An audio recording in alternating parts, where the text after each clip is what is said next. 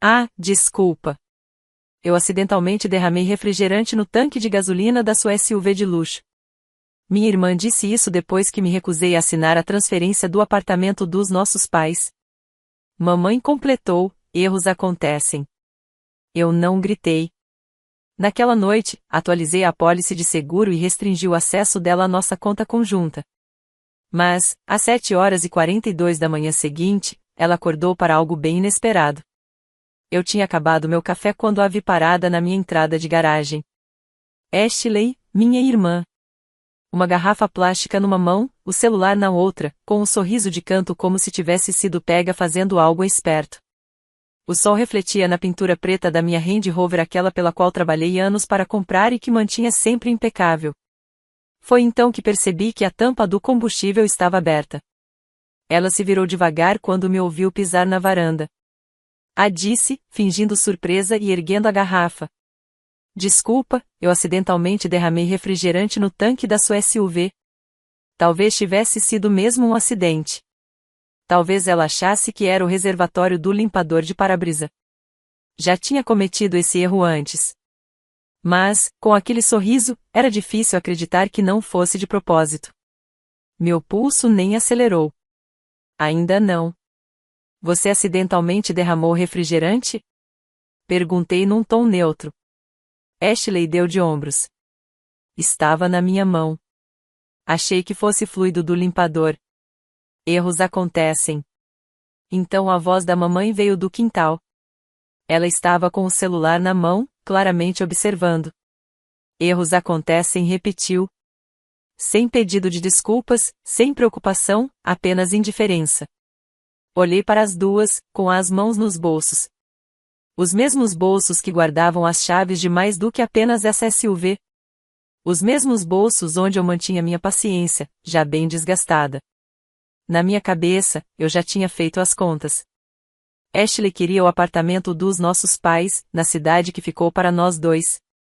Vinha me pressionando havia meses para assinar a transferência. Eu disse não, sabendo que ela não poderia arcar com ele sem esvaziar a conta da família. Essa foi a resposta dela. Não uma conversa, não uma discussão, mas uma garrafa de refrigerante no tanque de combustível. Não gritei, não xinguei. Nem conferi a SUV. Passei direto pelas duas, abri a porta da frente e entrei. Pela janela da cozinha, vi minha irmã colocar a garrafa na calçada, como se estivesse se livrando de provas. Mamãe disse algo baixo, e as duas riram. Aquele riso de quem acha que venceu. Naquela noite, fiz 2 telefonemas. O primeiro, para a seguradora. Quero atualizar minha apólice, disse, lendo o número do chassi nos meus arquivos. E mais, ninguém além de mim está autorizado a tocar nesse veículo. O segundo, para o banco. Removam Ashley Carter da conta conjunta. A partir daquele momento, as 2 ligações terminaram com a mesma sensação de encerramento como trancar uma porta pelo lado de dentro. Quando fui dormir, a rua estava silenciosa. A SUV estava parada sob o poste de luz, tampa do combustível ainda aberta, mas eu não me importava. Eu tinha outro tipo de combustível agora, um que não vinha de tanque nenhum. E exatamente às 7h42 da manhã seguinte, ela acordaria para algo bem diferente de um irmão mais velho calmo. Quando o primeiro raio de sol atravessou as persianas, minhas decisões já estavam tomadas. Meu celular ainda estava quente das ligações que fizera primeiro para o seguro, depois para o banco. O nome de Ashley removido da conta conjunta. Minha SUV bloqueada para qualquer outra pessoa. Movi-me pela cozinha em silêncio. O café passava. Lembrei-me de 3 meses antes, quando dei a Ashley um cheque administrativo para pagar a hipoteca. Ela chorou, prometendo devolver assim que as coisas melhorassem. Nunca melhoraram. 2 semanas depois, ligou dizendo que era uma emergência, a geladeira havia quebrado. Comprei uma nova, de aço inoxidável, sem pensar 2 vezes. Família ajuda família, não é? Essa mesma família estava rindo enquanto o refrigerante corroía o sistema de combustível da minha SUV. Meu telefone vibrou, o grupo da família no chat. Mamãe, você está exagerando. Ashley, é só refrigerante, dá para mandar limpar o tanque. Nada demais. Nada demais. Fiquei olhando para aquelas palavras até que se embaralhassem. Para eles, era inofensivo. Achavam que eu pagaria o conserto e seguiria em frente, como sempre. Mas eu sabia a verdade. Não existiam acidentes nessa família. Apenas jogadas, num jogo que eu não participava havia anos. Isso estava prestes a mudar. Abri o notebook. O plano na minha cabeça não era barulhento nem confuso. Seria preciso.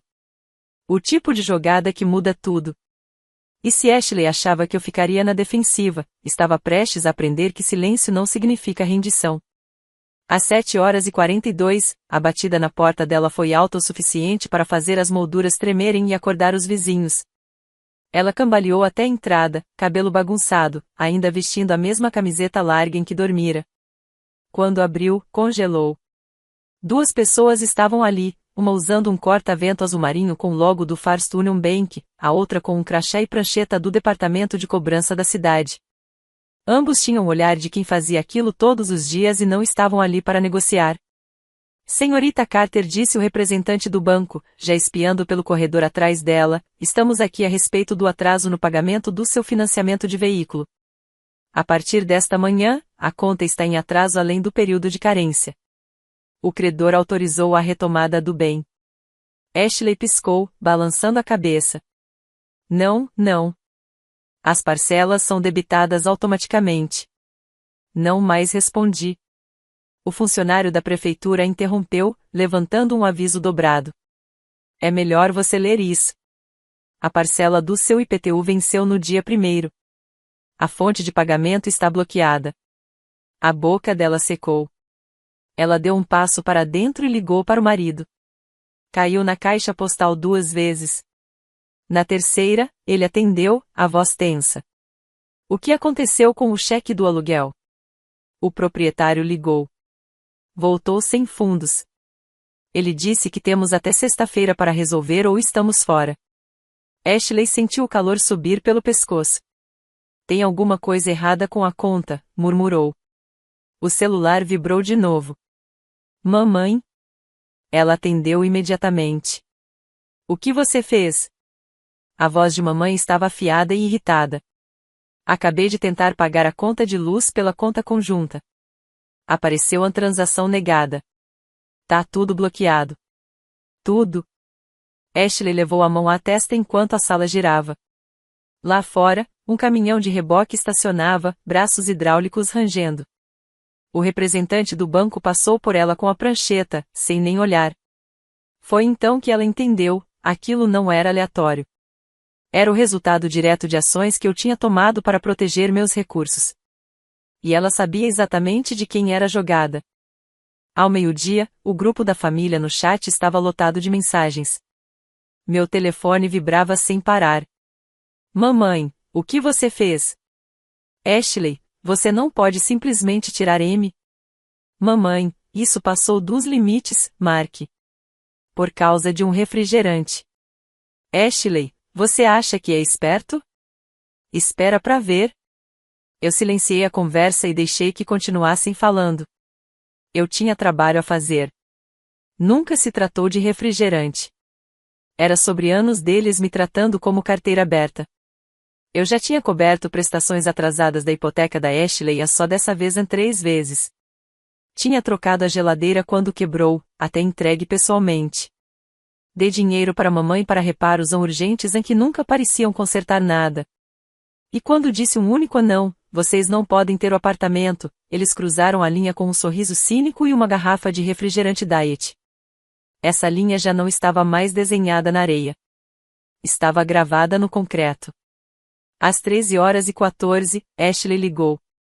Não atendi. Às 13h16, ela ligou de novo. Deixei cair na caixa postal.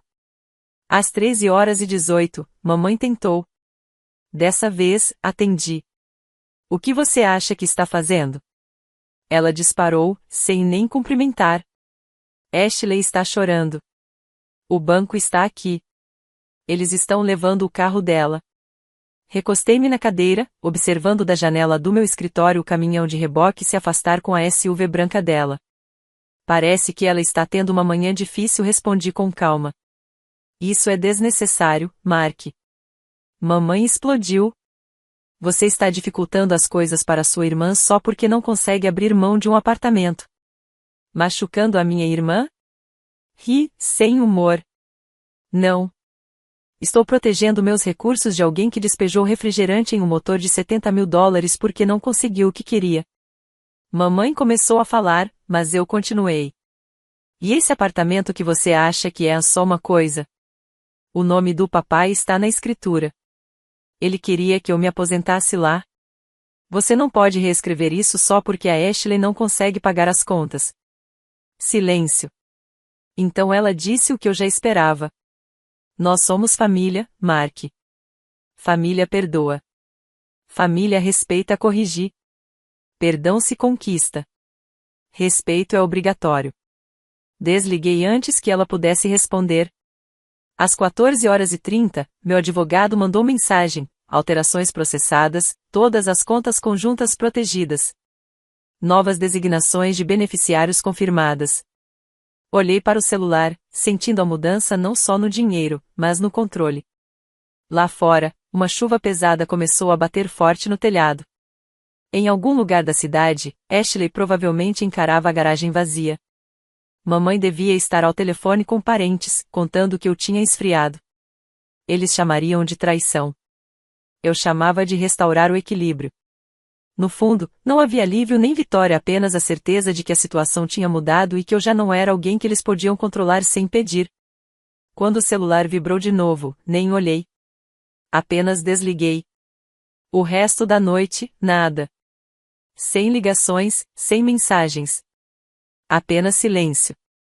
O tipo de silêncio que não significa rendição, mas que anuncia que eles estão planejando o próximo movimento.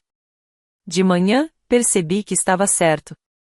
Às 6h08, um número bloqueado ligou. Ignorei. 30 segundos depois, o mesmo número ligou de novo. Dessa vez, atendi. Você já fez seu ponto, disse mamãe, a voz tensa e frágil. Agora, conserte isso. Consertar o quê? Perguntei. Você sabe. A Ashley não consegue pagar as contas. Ela está em pânico. Eu não consigo cobrir a hipoteca dela e a viagem para Cabo. Quase ri. Cancela em Cabo. Pausa. Não podemos, respondeu, afiada, como se fosse impossível. As passagens não são reembolsáveis. O resort já foi pago, com a mesma conta que você anda drenando há anos.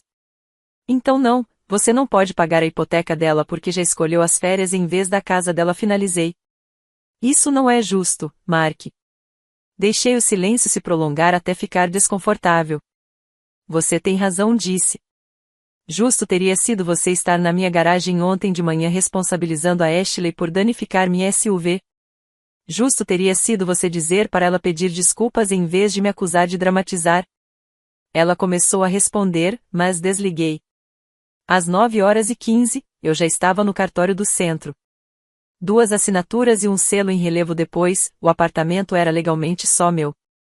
Sem mais propriedade conjunta. Sem mais ambiente de família. O telefone vibrou no meu bolso enquanto eu assinava, mas ignorei. Lá fora, a chuva de ontem tinha dado lugar a uma manhã clara e cortante. Caminhei 3 quarteirões até a seguradora, entreguei as chaves da minha SUV e observei enquanto a carregavam numa prancha rumo à concessionária.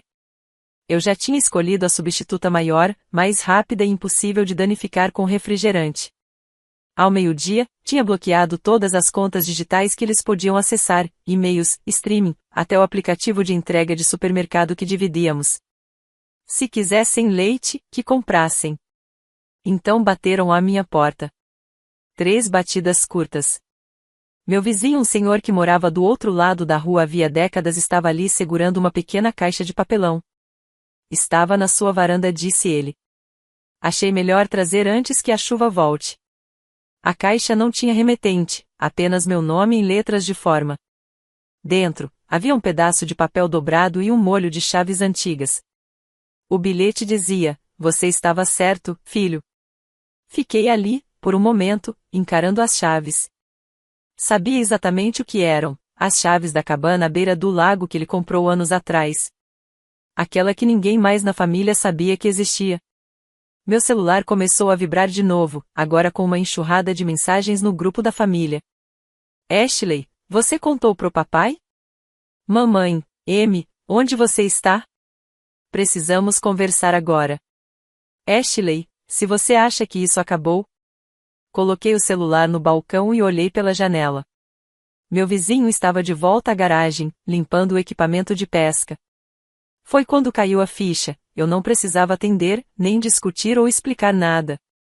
A paz estava ali, na minha cozinha, na forma de chaves para um lugar que ninguém mais poderia tocar. Às 14 horas, eu já estava na metade do caminho para a cabana, minha nova SUV rodando macia. Parei no diner de estrada para almoçar, pedi um sanduíche enorme e deixei uma gorjeta que fez a garçonete parar por um instante.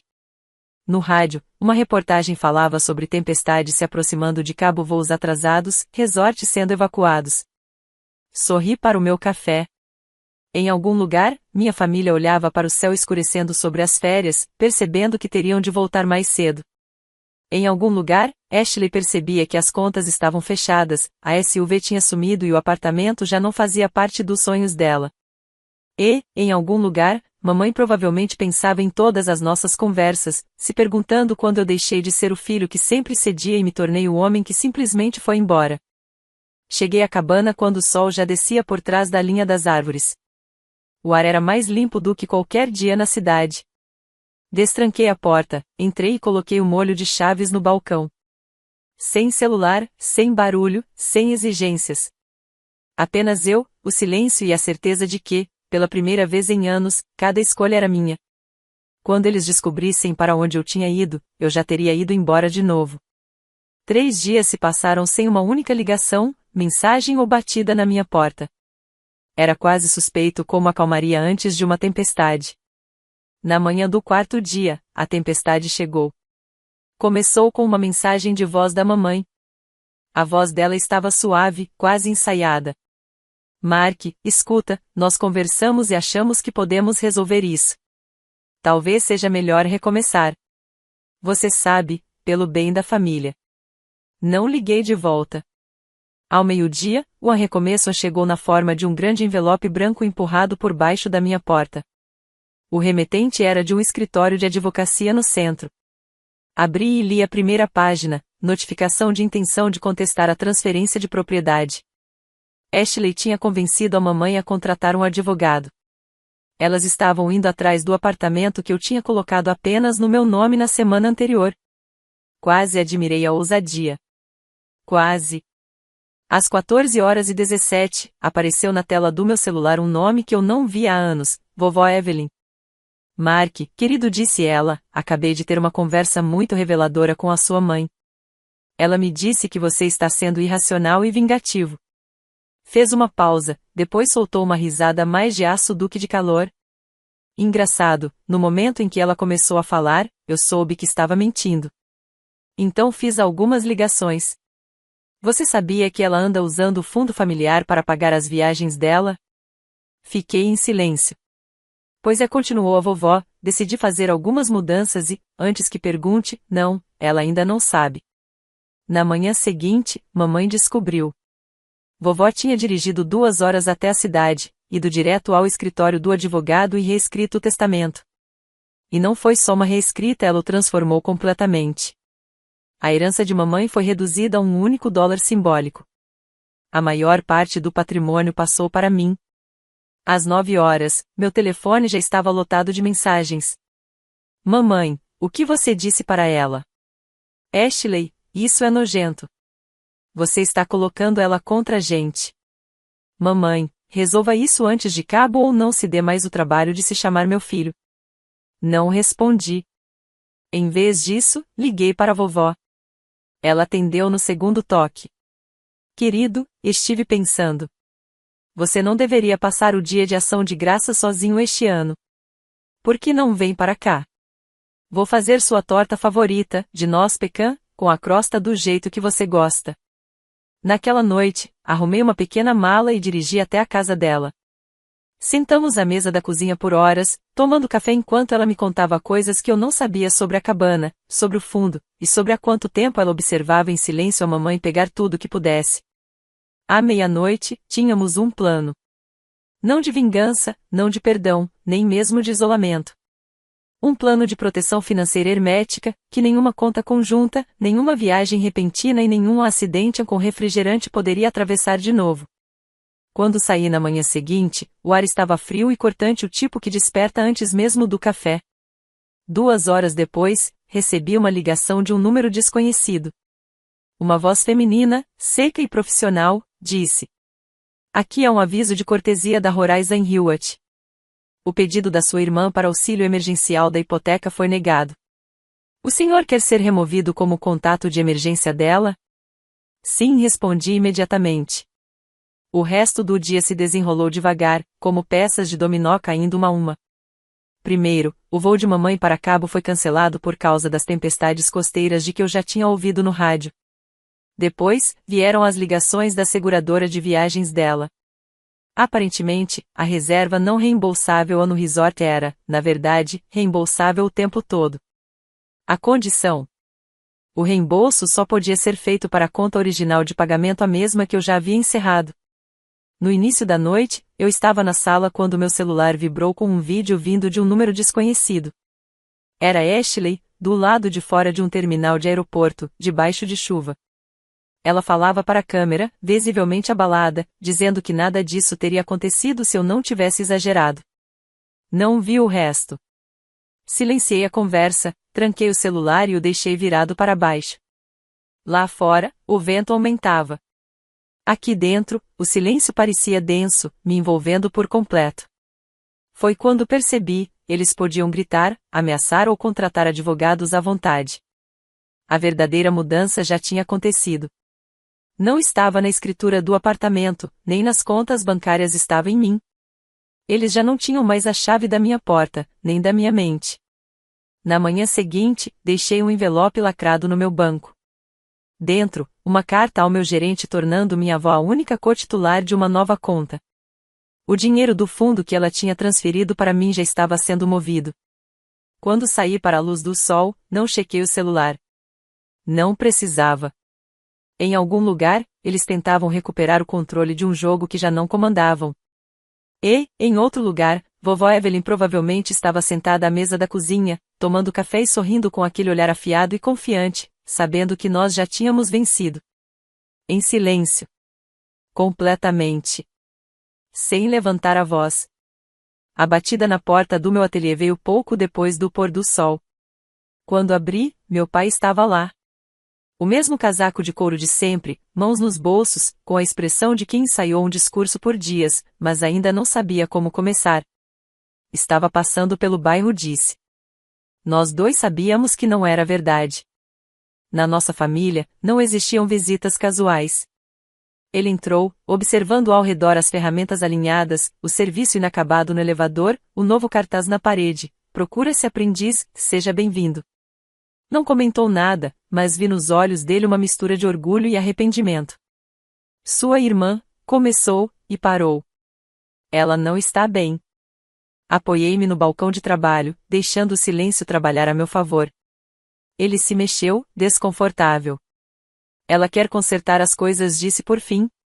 "Vamos fazer um churrasco no próximo fim de semana. A família toda vai." "Achei que você devia estar lá." Visualizei a cena, a mesa comprida, os sorrisos forçados, os comentários sussurrados.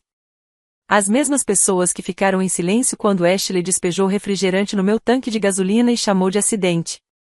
"Pai", falei, "já tentou reconstruir alguma coisa quando a fundação ainda está trincada?"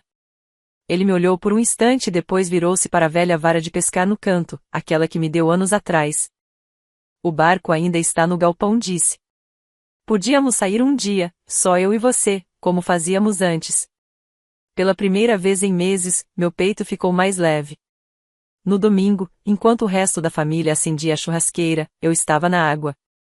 O lago estava calmo, o ar de outono frio e limpo. Quase não falamos, apenas lançávamos as linhas e observávamos as ondas. No meio do passeio, ele quebrou o silêncio. "Filho, talvez um dia você encontre um jeito de voltar para eles. Ou talvez não. Mas garanta que não vai fechar a porta para si mesmo. Não respondi. Não precisava. Ao pôr do sol, voltamos. No pier, ele colocou a mão no meu ombro. Aconteça o que acontecer, tenho orgulho de você. Aquela noite, sozinho no meu ateliê, pensei nas palavras dele. E agora eu te pergunto, se o sangue te chama de volta, mas a história te avisa para ficar longe, a qual dos dois você dá ouvidos?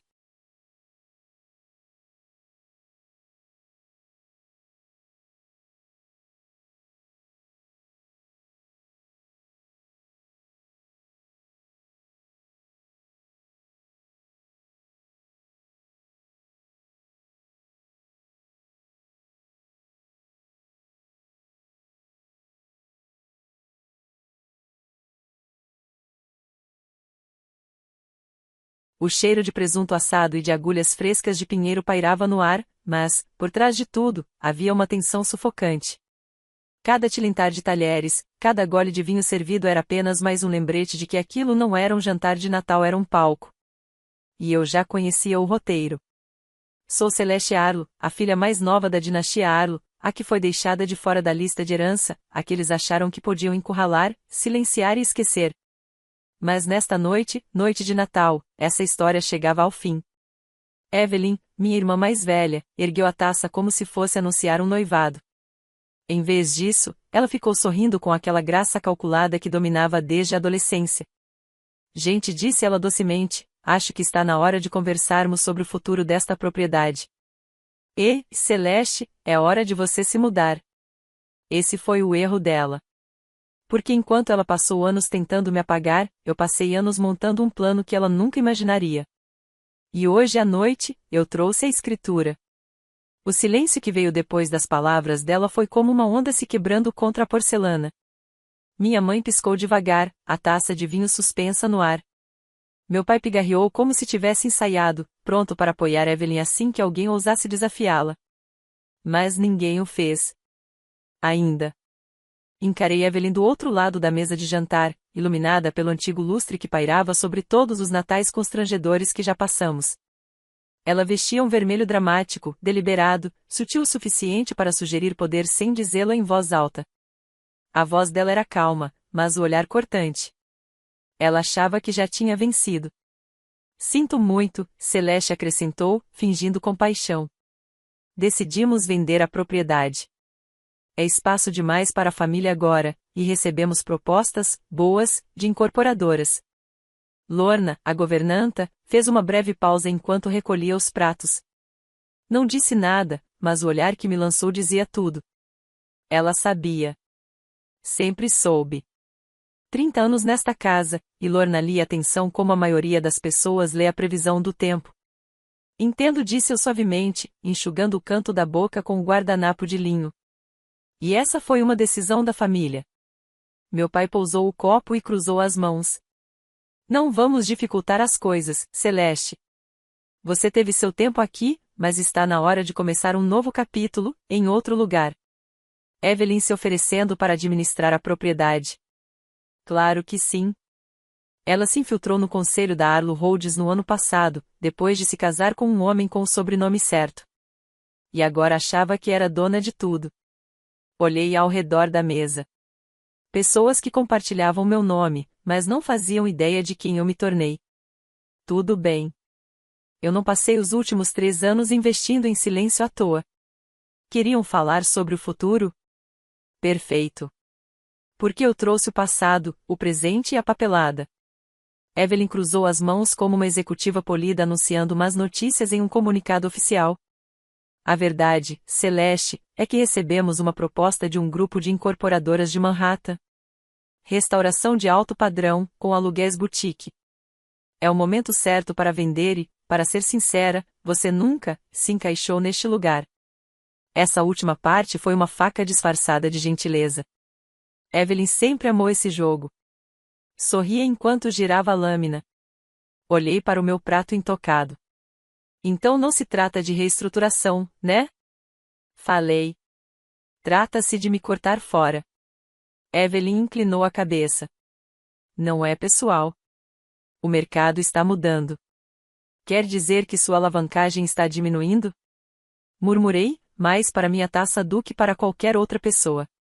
O que foi isso? Ela perguntou, ainda sorrindo.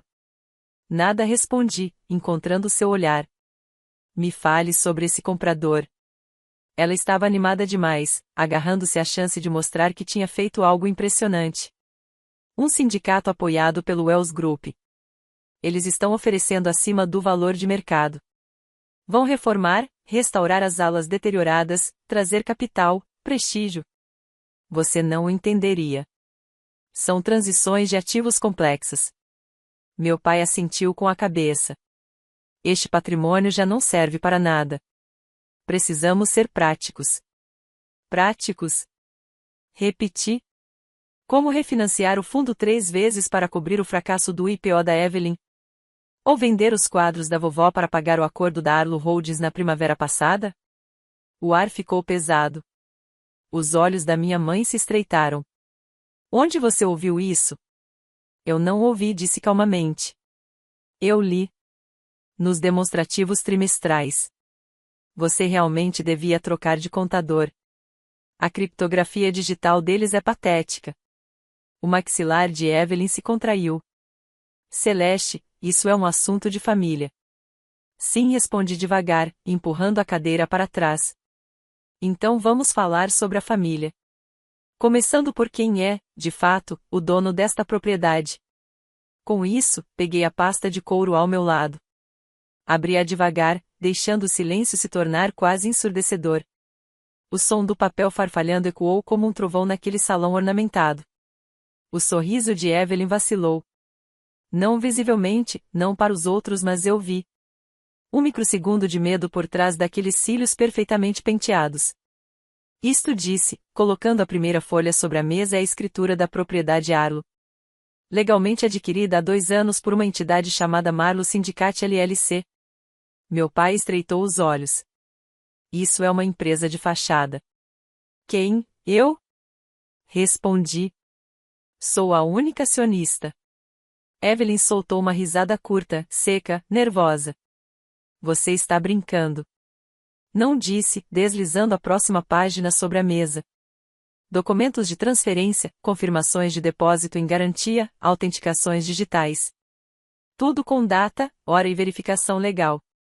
Mas o fundo da família era protegido, disse minha mãe, atônita. Ele não poderia ter sido tocado.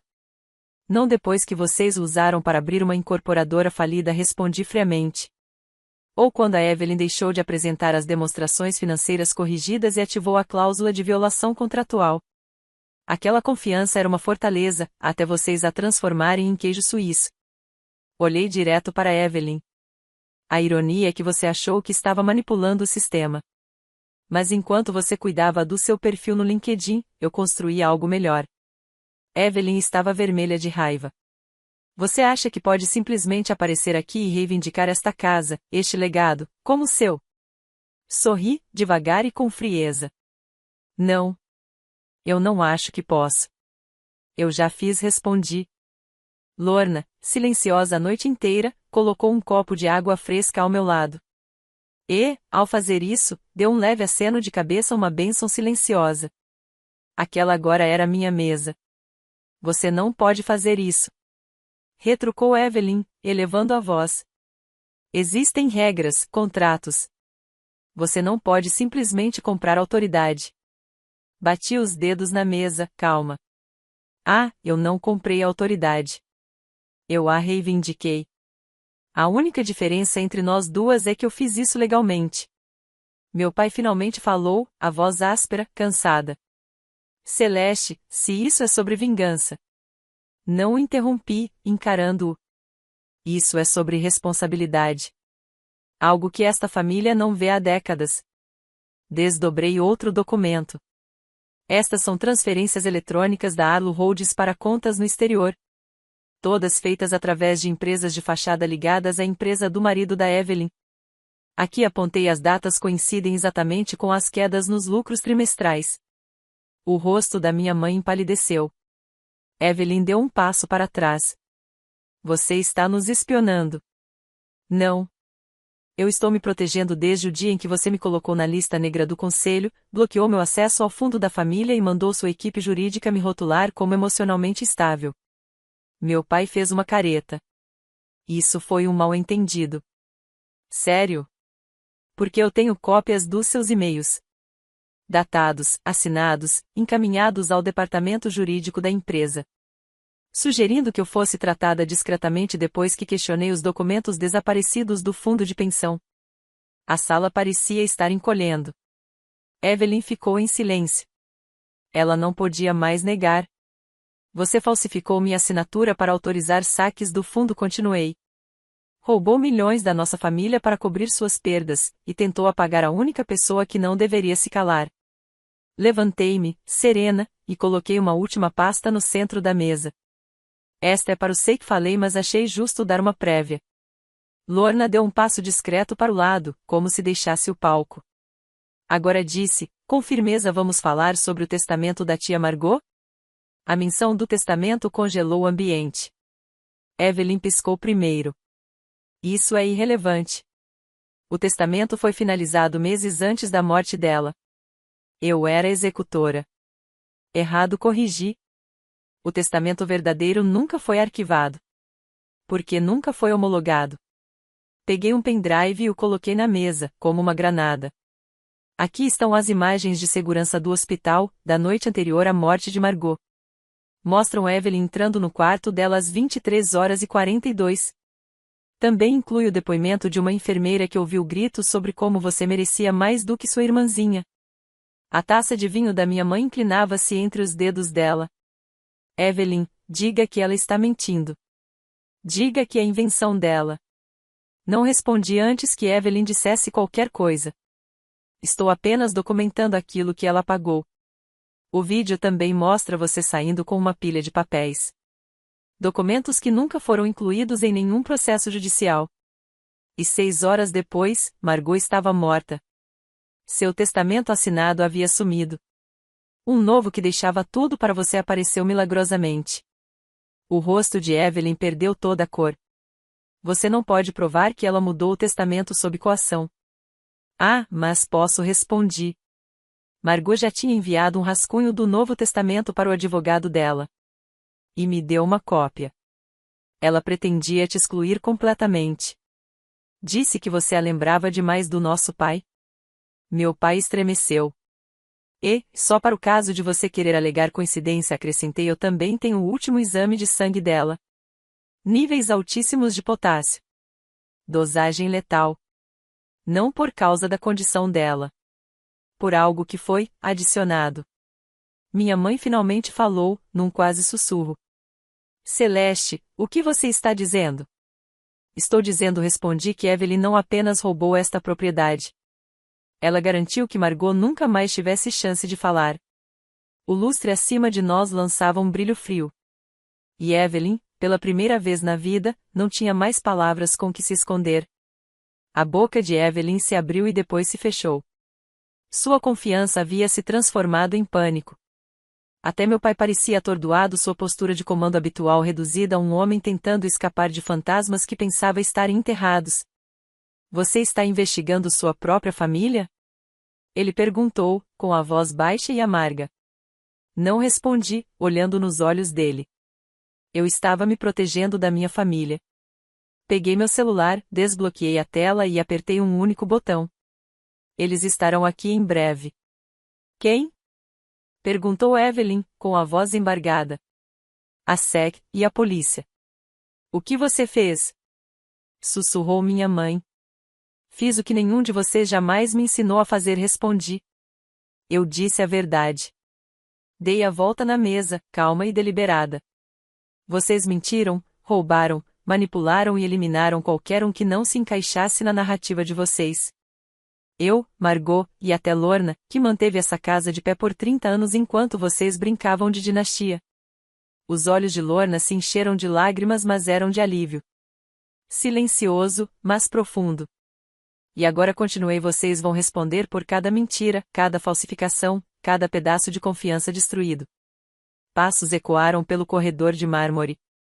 Meu pai empurrou a cadeira para trás. Isso é loucura. Você está destruindo o nome da família. Não falei, pausando. Você destruiu o nome. Eu estou apenas acendendo as luzes. A porta da frente se abriu. 2 detetives, seguidos por 2 agentes de terno escuro, entraram na sala como sombras com propósito. Evelyn Arlo. Reginald Arlo anunciou o oficial à frente. Vocês estão presos por fraude financeira, peculato e obstrução da justiça. Evelyn tentou protestar, mas sua voz falhou. As algemas estalaram ao serem colocadas. Minha mãe ficou parada num canto, uma mão trêmula sobre a boca. Eu não ofereci conforto. Ainda não. Isso ainda não havia terminado. Mas era justiça. Quando a porta se fechou atrás dos agentes, a casa mergulhou num silêncio assustador. A imponente sala de jantar, antes símbolo de riqueza e orgulho, agora parecia um mausoléu de reputações destruídas. Restamos apenas minha mãe, eu, e Lorna que permanecia em pé ao lado do aparador, sem saber se devia ficar ou ir embora. Você planejou tudo isso, disse minha mãe, por fim, com a voz vazia. Você arquitetou cada detalhe. Eu precisei, respondi. Você não me deixou escolha. Ela olhou para o copo de vinho quebrado, ainda no chão. E agora? Você venceu. É isso que quer ouvir? Caminhei até a janela e olhei para o jardim coberto de neve. A brancura suavizava até os ângulos mais duros das estátuas e cercas vivas. Não me importa mais vencer, falei. Me importa o que vem a seguir. Virei-me para ela. Você pode ir para Vermont, como conversamos. O condomínio já está pago. Tranquilo, seguro. Fica perto da biblioteca que você sempre disse que sentia falta. A mudança já está organizada. A escolha é sua. Ela me olhou como se não reconhecesse a mulher diante dela. Depois de tudo que fizemos com você, murmurou. O ódio consome muita energia, respondi. E eu tenho trabalho a fazer. Virei-me para Lorna. Você não vai ficar sozinha. Está sendo promovida. Gerente de operações. Salário integral. Todos os benefícios. Este lugar vai ser diferente agora. Os olhos de Lorna se arregalaram, depois se suavizaram e, pela primeira vez em anos, ela sorriu. Um sorriso real. Minha mãe afundou lentamente na cadeira mais próxima. Por que você ainda está nos ajudando? Porque disse baixinho, algumas pessoas valem a pena ser salvas. E outras, só precisam de uma chance de mudar. Lá fora, os faróis iluminaram o jardim. Os caminhões de mudança haviam chegado. O próximo capítulo já havia começado. 3 meses depois, a casa já não ecoava o peso de velhos argumentos. As pesadas cortinas de veludo foram removidas, substituídas por painéis de luz suave que deixavam o sol entrar. Os retratos a óleo dos patriarcas sisudos do Zarlo foram retirados, alguns doados, outros guardados no sótão. Em seus lugares agora pendiam obras vibrantes de jovens artistas locais, ousadas, cheias de cor e movimento. A propriedade Arlo havia se transformado. Agora era o Arlo Innovation Center, um centro tecnológico sem fins lucrativos voltado a jovens carentes. O antigo salão agora recebia aulas de robótica lotadas. Impressoras 3D zumbiam onde antes era a sala de estar. E a antiga sala de jantar? Agora era um espaço colaborativo, com laptops, quadros interativos e risadas. Lorna, antes invisível à família, usava um blazer com seu nome bordado no crachá, diretora de operações. Sua postura era firme, ombros retos, voz decidida. Ela finalmente pertencia ali completamente. Quanto a mim, morava no 3º andar, no que antes era o quarto da babá. Pequeno, ensolarado e perfeito. Naquela manhã, eu estava no que antes fora o escritório do meu pai, agora, o meu escritório. Sobre a mesa, repousava uma carta escrita à mão por uma aluna chamada Ria, agradecendo pela bolsa que lhe permitiu participar do nosso acampamento de programação. Nunca pensei que alguém como eu pudesse estar num lugar como este, ela escreveu. Agora sei que pertenço aqui. Dobrei a carta com cuidado e a guardei na gaveta, junto de uma dúzia de outras semelhantes. Lá embaixo, uma demonstração de robótica estava prestes a começar. Desci, com os saltos ecoando no piso de madeira. Ao chegar ao fim da escada, um dos adolescentes me chamou com um aceno animado. Senhorita Arlo, pode nos ajudar a depurar o código do nosso drone? Sorri. Com certeza. Vamos construir algo incrível. Porque, finalmente, aquela casa estava cumprindo seu verdadeiro propósito. Catherine, minha prima que um dia fora sombra de Evelyn havia, enfim, se libertado do roteiro familiar. Estava terminando o primeiro semestre na faculdade comunitária, estudando educação infantil. Reservei uma quantia modesta para ela o suficiente para cobrir mensalidade, aluguel e supermercado. Nada luxuoso. Apenas o necessário para ajudá-la a construir algo real. Ela me mandava mensagens toda semana. Na terça passada. Tudo há de novo. Acho que finalmente encontrei o que quero fazer. Obrigada, céu. Minha mãe alugou o apartamento em Vermont. Agora, era voluntária na biblioteca pública, lendo para crianças nas manhãs de sábado. Chamavam-na de Senhora Arlo, AG. O título de socialite havia desaparecido, mas ela parecia mais leve. Conversávamos a cada poucas semanas. Nunca sobre Evelyn.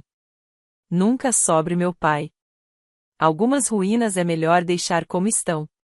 Meu pai e Evelyn estavam cumprindo suas sentenças.